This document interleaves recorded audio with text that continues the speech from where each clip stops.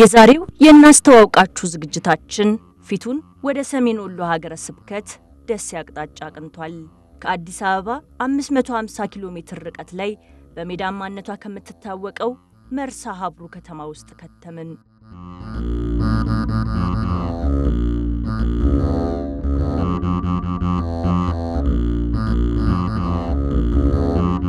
ለቅኝታችንም የመርሳ አዋሬ ደብረ ኃይል ቅዱስ ገብርኤል ቤተክርስቲያንን ታሪክ መረጥን። ለከተማዋ ስያሜ ብዙዎች አዲስ አይደሉም። በታሪክና በኪነ ጥበብ ስራዎቿ ተደጋግማ ትነሳለች። በሃይማኖት ረገድ ግን ኦርቶዶክሳውያን የሚያነሷቸው ብዙ ጉዳዮች አሏቸው። ከነዚህ መካከል ደግሞ በቅርባቸው ቤተክርስቲያን ማጣታቸው ዋናው ጉዳያቸው ነበር።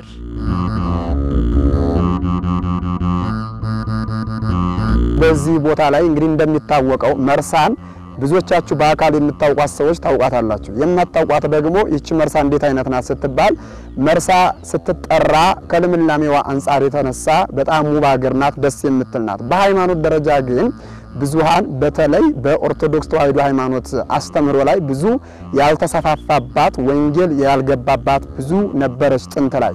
አሁን ላይ ግን እንደ እግዚአብሔር መልካም ፈቃድ ብዙ መምህራን ያሉበት፣ ብዙ አገልጋዮች ያሉበት፣ ብዙ ካህናት ያሉበት፣ ምእመናኑም ደግሞ እየተነሳ ወንጌል የሚማርበት ነው ያለው።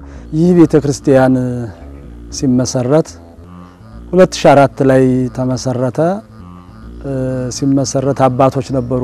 ህዝበ ክርስቲያኑ ከ30 ያልበለጡ ህዝበ ክርስቲያኖች ነበሩ በቦታው ላይ ያሉት። ሌላው ማህበረሰብ የሌላ እምነት ተከታይ ማህበረሰብ ነገር ግን በብዛት አለ። ክርስቲያኖቹ ከ30 ያልበለጡ ናቸው።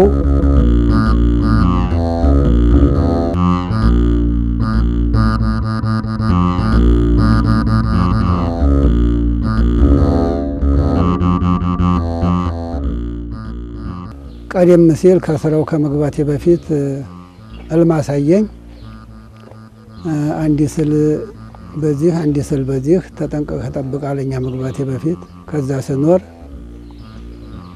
አጥፋው በጋዝ አሰፋየማ መርገብ ተሰማ አበበ ካሳው የሚባሉ ሌሎችም ነበሩ። ከ10 አመት በላይ የተመላለሱ የታቦት መስሪያ ቦታ ይሰጠን ይያሉ እስከ ባህልና ቱሪዝም አገረ ስብከቱ ድረስ ሲመላለሱ ኑረው በኋላ ላይ እኔ ወደ መርሳ ስህር ሰኞ ቀን ጥር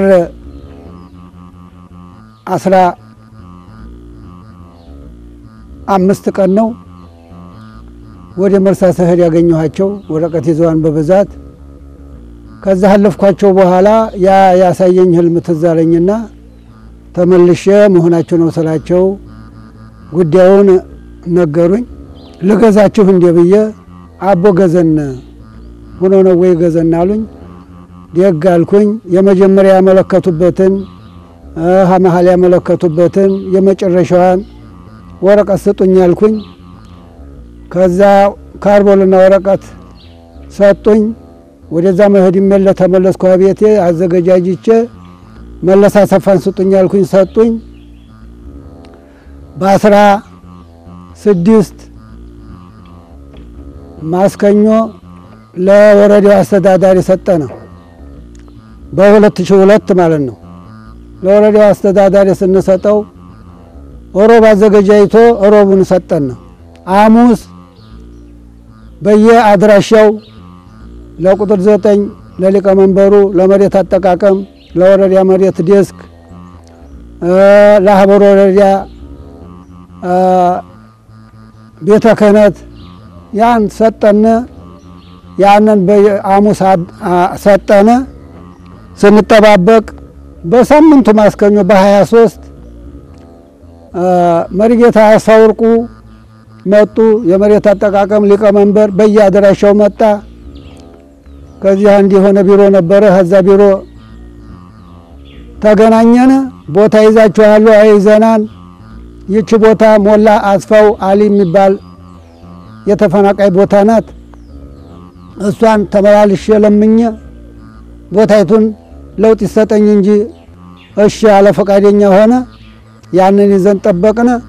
በኋላ ምሯሉና በይሃጀል ለመጣነ ቦታይቱን ይችን 22 በ24 ናት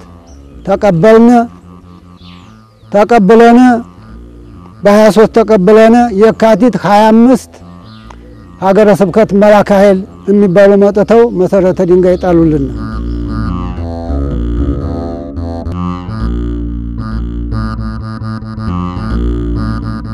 የተፈራው አልቀረም። በቁጥር ትንሽ የሆኑት ኦርቶዶክሳውያን በብዙ ጥረትና ድካም ፈቃድና ቦታ አግኝተው ቤተክርስቲያን ቢገነቡም የሌላ ቤተ እምነት ተከታዮች ተጽዕኖ በእጅጉ እየበረታ ሄደ።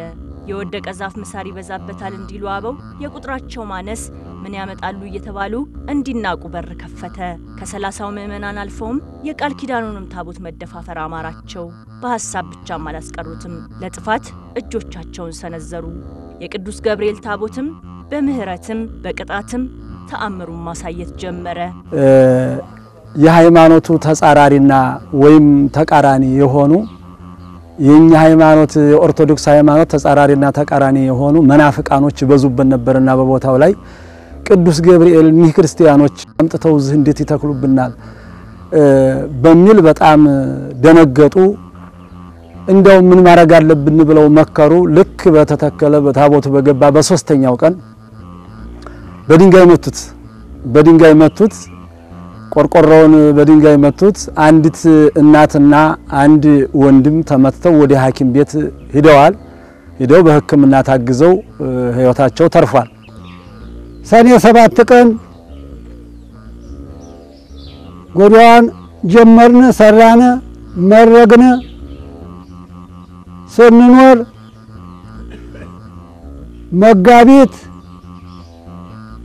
26 ቀን ቅዳሜ ቤቷን ጽንፈኛ መታብና 3 ቦታ ሸነቆረብና መለሰ ደስታውን የመጣነ እሁድ በ27 ምን እናርጋልነ ለሰው እንገል ለኛ እንገራልነ አንነግርም ተባባልነ ራሱ ታምሩን ይገጥ ተባለ። ወዳውኑ ክርስቲያኖች እነዛ 30 ክርስቲያኖች አቅማቸውን በቁጥር ያነሱ ስለሆኑ ከሌላው ማህበረሰብ መናፍቃኖች እነሱ ትንሾች ስለሆኑ በቁጥር ምንም ማድረግ አልቻሉም። ወደ እግዚአብሔር ብቻ አመለከቱ። እንግዲህ ቅዱስ ገብርኤል የራሱን የቸርነቱን ስራ ይስራ እንጂ እኛ በእኛ ኃይል ምንም ለኛ የሚያግዝ አምላክ እንጂ እኛ የምናግዘው እኛ የምንተባበረው አይደለም። የራሱን ስራ ይስራ፣ ምንም ማድረግ አንችልም፣ አቅማችን በላይ ነው፣ እሱ ፍርዱን ይስጥ ብለው ተመልሰው ቤታቸው ሄዱ አልቀሰው። ወዲያውኑ በጠራራ ፀሐይ ደመና ዘወር አለና በረድ መጣ። ታይቶም ተሰምቶም የማይታወቅ በረዶ ማለት ነው። ድንጋይ የሚያህል ጡጡት ያለው በረዶ መጣና የነዛን ደብዳቤዎች ቤታቸውን ወይም የአምልኮ ቤታቸውን ደብድቦ ቁምጥምጥ አድርጎ ቆርቆሮን የማንንም ማህበረሰብ አልነካም። የማንንም በተለይ የክርስቲያኑን ካፊያም አልነካው እንኳን በረዶ ቀርቶ የነሱን ቁምጥምጥ አድርጎ ለቆት እንዲህ አይነት ገቢረ ተአምር ሲሰራልን የ30 የማይበልጥ ማህበረሰብ በጣም ተደሰተ። ገቢረ ተአምሩን በማየት ተደሰተ። እነዛም መናፍቃኖች ይህን ተአምር ሲሰራ ደነገጡ። ደንግጠው ብዙ ጊዜ በኋላ እንደውም መተባበር ነገር ወደ ክርስቲያኑ መተባበር አስተዋጽኦ መክፈል ነገር ይሄ ያጠፋናል፣ ይሄን ተአምር የሰራ ነገ ምን ያደርገናል ብለው ከዛን በኋላ እጃቸውን አነሱ። እኛን መጣላትን አቆሙ ማለት ነው። ለ5 ዓመት ሙሉ ምግብ መብላት የማይችል ውሃ መጠጣት የማይችል መናገር የማይችል ነገር ግን ለ5 ዓመት ሙሉ ተዘግቶ የነበረ ወጣት መጥቶ እዚህ ጋር ተጸብሎ ጸበሉን ጠጥቶ በባጃጅ ነው ይዘውት የመጡት። በእግሩ እየተናገረ እግሩ ተፈቶለት አንደበቱ ተፈቶለት መንገድ ገብቶ ሄዶ እግዚአብሔርን ያመሰገነ ይገኛል በዚህ ሰዓት። እሱ ብቻ አይደለም፣ በቃሬዛ ሁሉ በእንጨት መጥተው እየታሰሩ መጥተው ተፈተው ስራታቸው ተፈቶላቸው ድነው ተፈውሰው እግዚአብሔርን ያመሰገኑ ይገኛሉ። የኛ ሰዎች ብቻ አማንያን ብቻ ሳይሆን አማንያን ከተባሉትም ሁሉ መጥተው ቸርነቱን ያመሰገኑ ተአምራቱን እየተናገሩ ያለበት ዘመን ነው ያለበት ጊዜ ነው አሁን ያለውና ጸበሉ ላይ ሸዋበሬ የምትባል እናታችን ትልቅ ተአምር ተደርጎላታል። እዚህ ቦታ ላይ የምትኖረው በአዲስ አበባ ስትሆን ነገር ግን እግዚአብሔር በአንድም በሌላም ሊያስተምርም ሊፈትንም ይችላልና ከፈተናው ተካፋይ ሆና ሴትየዋ ልጅ አልነበራትም። ልጅ ባልኖረበት መንገድ የትዳር አጋሯ ጋር ተለያይታ ትኖር ነበር። ነገር ግን አንዲት እናታችን ይህን ቤተክርስቲያን የምትረዳ እናታችን አለችና እሷ እናታችን አቦ አንድ ታቦት አለ ስለትሽን ይሰማሻል ተሳይ ስትል ተሳለች። ሴትዮዋ እንደተሳለችው ባሏ ጋር ታረቀች። እንደታረቀችውም ጸንሳለች። ከጸነሰችም በኋላ በእለተ ቀኑ ለዛውም ባልሳሳት የሐምሌ ገብርኤል ይመስለኛል ወልዳ ታቦት አዙረን ጸሎት ስናደርግ ደውላ መውለዷን አበሰረች። ስሙን ሁሉ ክንፈ ገብርኤል ብለናል ተብሎ የተሰየመበት ነውና እንደዚህ ታላላቅ ታምራቶችን የሚያደርግ ቦታ ነው።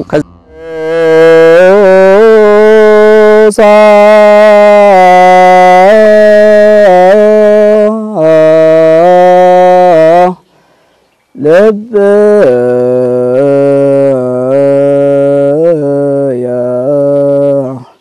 ቃል ሰናየን በ30 ምዕመናን በ5 አገልጋዮች ተመስርቶ የነበረው የመርሳ አባሬ ቅዱስ ገብርኤል ቤተክርስቲያን አሁን ላይ እነዚህን ሁሉ መከራዎች አሳልፎ ደረሰ። መምህራንንም በመቅጠር ስብከተ ወንጌል ለምዕመናን እንዲስፋፋ ወደፊት ቤተክርስቲያኗን ተረካቢ አገልጋዮች ከራሱ ከምዕመኑም እንዲፈራ እያደረገ ይገኛል። እጅግ በሚያስደንቅ ሁኔታም 30 የነበሩት ምዕመናን አሁን ላይ በእጥፍ እንዲበዙ የመንግስቱ ወራሽ እንዲሆኑ በእጅጉ ተጥሯል።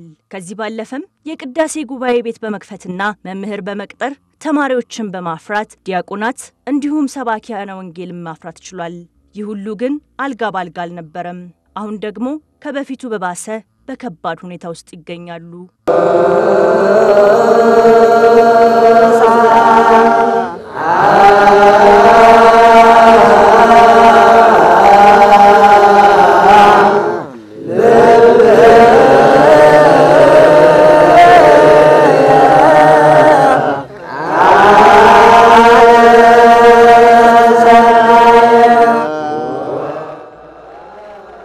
በዚህ ጉባኤ አንድ 120 ተማሪ አለ። ከዛሬው ሳይሆን ወደፊት አሁን እንግዲህ ከአብይ ጾም ጀምሮ የሚመጣ ተማሪ አንድ 120 ተማሪ አለ። አሁን በከፊል የተወሰነ 80 የሚሆን ተማሪ አለ።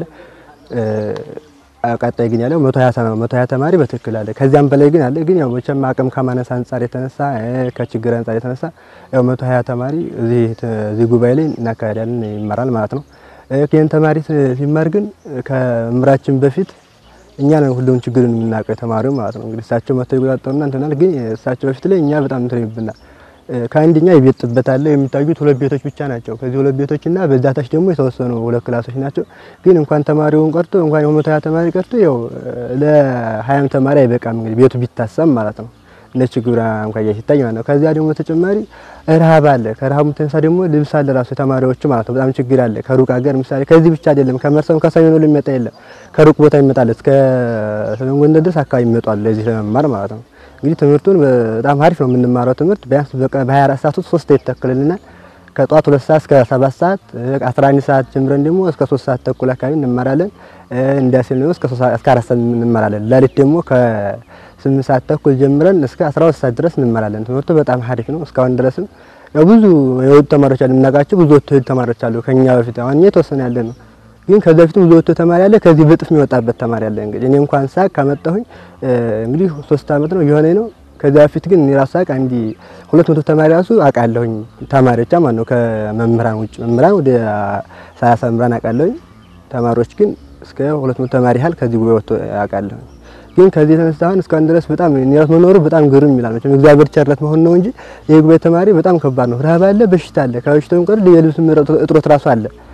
ከዛ ደግሞ ግልጋሎት ላይ ቤተክርስቲያን ስናገለግል ተታጋላያቻ ቤተክርስቲያን በጣም ግሩም ይላል። አሁን በፍልሰታ ጊዜና ነገ ባብይ ጾም ጊዜ ራሱ ተማሪው ወይ ተከፍሎ ነው ወይንም ከውጭ እንዲያጥሩ ነው። ዝናብ ቢጥል ምናምን ቢል በጣም ችግር ነው። የችግር ቦታ ነው የሚሆነው ቤተክርስቲያኑ ማለት ነው። የቤተክርስቲያኑ ችግር አለበት፣ የጉባኤውም ችግር አለ። ይሄን ተጋፍቶ ነው እንግዲህ 120 ተማሪ 120 እስካሁን ድረስ የሚኖረው ማለት ነው። መኖር ባይባልም እስካሁን ድረስ እንግዲህ ፈጣሪ ከዚያ ምሮና እንጂ የተለያዩ እህቶች ወንድሞች እየመጡ የአማንያን ጭምር እየመጡ የሚጠመቁበት ተጠምቀውም የሚድኑበት የፈውስ ቦታ እንደመሆኑ የመገልገያ ቦታ መጥተው ከሌላ ቦታ መጥተው አርፈው የሚጠመቁበት ሱባኤ የሚይዙበት ቀኖና የሚይዙበት በአርምሞ የሚቀመጡበት ቦታ ባለመኖሩ ቦታው ሳይሆን የቤት ችግር በመኖሩ ትንሽ እንቅፋት ላይ ሆኖብናልና በተመሳሳይ ህዝቡ በሚመጥነው ልክ ህዝቡ ፈውስ በሚያገኝበት ልክ 24 ሰዓት በመጡበት ሰዓት እንዲያገኙ በ24 ሰዓት አጥማቂ እንዲኖራቸው ከእግዚአብሔር ኃይል ጋር ከቅዱስ ገብርኤል ረድኤት ጋር ሆነው እንዲያጠምቁልን አንድ አባት ከገዳማቸው አምጥተን አስቀምጠናል። እዚህ ቦታ ላይ አምጥተን ስናስቀምጣቸው ለህዝቡ አገልግሎት እንዲሰጡልን ህዝቡን እንዲረዱልን የታመሙት እንዲፈወሱልን ብለን አምጥተናል። ነገር ግን እንደነገርኳችሁ በመግቢያ ላይ ቤት ባለመኖሩ ትንሽ ተጽዕኖ አለብንና እሷ የቤት ችግር የሚፈታበት መንገድ በእናንተ በህዝበ ክርስቲያኑ በኩል አስተዋጽኦአችሁን ታደርጉልን የሚል ነው ያለኝ።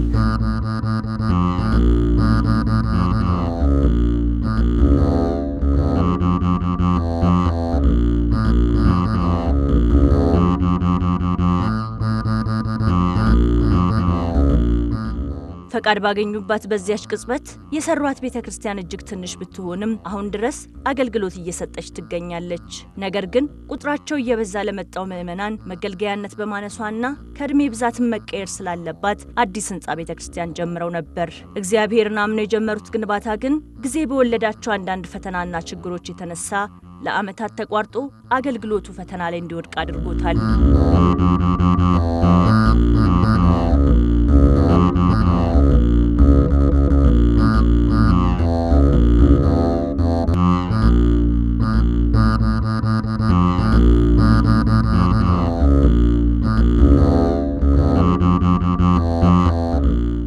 ቤተክርስቲያኗ ትንሽዬ ናት።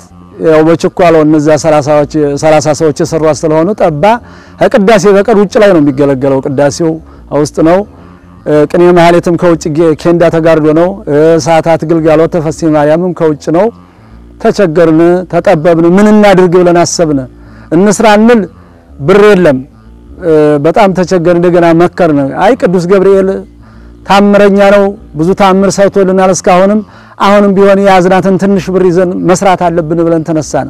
100 ሺህ ብር ይዘን በቃ ወደ ቤተ ክህነት ሄደን ፈቃድ ጠየቅን፣ ዲዛይን ጠየቅን። ዲዛይን ባህላዊና ዘመናዊ ቤተክርስቲያን ነው የምንፈልገው፣ ክብ ቤተክርስቲያን ብለን ተናገርን። ከዛ ወደ ቤተ ክህነት ተረዳን። ምክንያቱም ታዲያች 100 ሺህ ብር ልትበላ ተጀምርላችኋል ሲባል አይ እግዚአብሔር የራሱን ቤት እግዚአብሔር ራሱ ይስራ፣ እኛ እንነሳ እሱ ይፈጽምልን ብለን ተነስተን አሁን በስራ ላይ እንገኛለን። በስራ ላይ ስንገኝ ግን ወቅታው ያላግዘን ብሎ መጀመሪያም ኮሮና መንቀሳቀስ በማይቻልበት ሰዓት ተዛውረን እንዳንለምን አድርጎን ብዙ አመታትን ሸኘብን።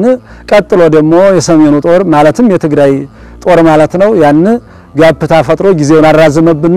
አሁን በድጋሚ አማራ ክልል ያው ጤና ጎሎት ተበክሎብን የጦርነት ቀጠና ስለሆነ መስራትና አጋዦችን አላገኘናቸውም። 5 አገልጋዮች ብቻ ነበር የነበሩት። አሁን አገልጋዩ ቤተክርስቲያኑ አላለቀም፣ ደሞዝ የለም እንጂ አገልጋዩ ወደ 5 መደብ ደርሷል። ካህናት፣ ሊቃውንት፣ መጻሕፍት መምህራን በቀጣይ ራሳቸው ይገልጹታል። ከኔ ተጨማሪ የቅዳሴ መምህርም ቀጥረን እያስገለገልን እንገኛለን። ነገር ግን የህንጻ ቤተክርስቲያኑ ለመፈጸም ወቅታዊ ነገር አግዶን በጎ አድራጎችን እንደናንተ አይነቶችን ሰዎች የምናገኝበት ቦታና ስፍራ እያጣነ ተቸግረን እዚህ ደርሰናል። ቤተክርስቲያኑ ሊፈጸምልን አልቻለም። እዚች ትንሿ እንትን በጣም ጠባናለኝ። በጣም ህዝቡ እየተጨናነቀ ለሊት 10 ሰዓት ሲገባ ህፃናቱ ምኑ ዴለዴ ያለቀሰ ነው። ቁርባን ሊቀበል ሲል ሲያስቆርብ ሲያመጣ በጣም ጭንቀት አለብን። ጠባለኝ አዛ ምስጣላት የተንጠላጠልን እየጠረግነ እነሱም ደግሞ ሲገቡ በካህናቱ ውስጥ ራሳቸው እየጠረጉ ያወጡ ነው ያለ ነው። ብዙ ችግርና ብዙ ጭንንቅ አለብን። ያው ገንዘብ ከማጠሩ የተነሳ ለዚሁ ምችም እንኳን ገለጣ የተደረገ የለና ያው የስሚንቶ ምናምን እቺ ለበስ ያለ የለና ባባ ባርናባስ አማካይነት ጸበሏም ወጣ የለና እግዚአብሔር ይመስገን የተመሰገነ ይሁን። ሌላም ስሚንቶም ሁሉም ይችን ከፈፋን ምንዋን የሚያሳዩና በሳቸው አማካይነት ነው። ዘላለምኛ ጋር እዚቹ በቁፋሮም በመኑም ሲላፉ ነው የሚውሉት። ቤትም ሃይው ነው እንደው ስራቸው እዚሁ ቤተክርስቲያኑ ጋር ነው ትግላቸው። እንግዲህ በሳቸውም አማካይነት ካሁን ደርሰናል። እግዚአብሔር አሁን ደግሞ እሱ በቅዱስ ገብርኤል አማካይነት ህዝቡ ይራራ ይሄን ቤተክርስቲያን አስጨርሶ ወደ ትልቁ ቤተክርስቲያን እንዲያስገባና ስንል በእግዚአብሔር ስም እናቀርባለን። የምንጠይቃችሁ ምንድነው በውጭም ያላችሁ በሀገር ውስጥም ያላችሁ ከዚች ትንሽ ቤተክርስቲያን ህዝቡንም ቀዳሾቹንም ሁሉንም ብትታደጓቸው ይሄ ቤተክርስቲያን በቅርብ ቀን ተመርቆ ምእመናኑም ደስ ብሏቸው ውስጥ ገብተው የሚያስቀድሱበትን ካህናቱም ደግሞ ሁሉ ጊዜ ምስጥ እየጠረጉ ቅዳሴ መቅደስ ውስጥ ገብተው ስጋው ደግሞ ከሚፈተትበት ቦታ ላይ ይሄን እየጠረጉ ቅዳሴ ከሚቀድሱ ሁላችንም እጃችንን አስገብተንበት ብንሰራውና ይሄን ቤተክርስቲያን ቶሎ ለምርቃን ብናበቃው እላለሁ። እህቶቻችን፣ ወንድሞቻችን፣ እናቶቻችን፣ አባቶቻችን በኢትዮጵያ ኦርቶዶክስ ተዋህዶ እምነት ያላችሁም የሌላችሁም በታምራቱ የምታምኑ ሁሉ ይህ ቤተክርስቲያን አባቶች በተለያየ መልኩ እንደገለጹት ታላላቅ ተአምራትን የሚያደርግ አትክልቱ ቀርቶ ተክለነው ሳናጠጣው የሚለምድ ሳናጥረው አጥሩን ራሱ የሚያጥር ሳንከልለው ራሱን የሚከልል ታላቅ ተአምራትን የሚያደርግ ታቦት ነውና ለህንጻው በተለያየ መልኩ የተራዳችሁ የማታውቁኝ ነገር ግን በንግግር ብቻ የምንተዋወቅ ለምታዩ ሁሉ በተለይ በሳዑዲ አረቢያ የምትኖሩ እህቶቻችን ወንድሞቻችን፣ በዱባይ የምትኖሩ እህቶቻችን ወንድሞቻችን፣ እናቶቻችንና አባቶቻችንም ጭምር በሀገር ውስጥም በሀገር ውጭም ያላችሁ ለተራዳችሁት ነገር እግዚአብሔር አምላክ ይርዳችሁ። እግዚአብሔር አምላክ ዋጋችሁን ይክፈላችሁ። ለቀጣይ ደግሞ እንደተነገረው የመስተዋት ስራ አለን፣ የበር ስራ አለን፣ የኮርኒስ ስራ አለን፣ የሊሾ ስራ አለን፣ የምንጣፍ ስራ አለን፣ የቀለም የተለያዩ የፊኒሺንግ ስራዎች አሉን፣ የመንበር ስራ አለን። እነሱን እናንተን ነው የሚጠብቀውና እንደተባለው የምንገለገልባት ቤተክርስቲያን አገልጋይ ሳይጠፋ ቤተ መቅደስ ባለመኖሩ ምስጥ እየተቆፈረ እየወጣ በምትችሉት መጥኑ ይህንን ድምጽ ለምትሰሙ ሁሉ እግዚአብሔር አምላክ ጥሪው እግዚአብሔር አምላክ መሆኑን አቃችሁ በቻላችሁት መጠን እንድትረዱን በእግዚአብሔር ስም ጥሪያችንን እናስተላልፋለን።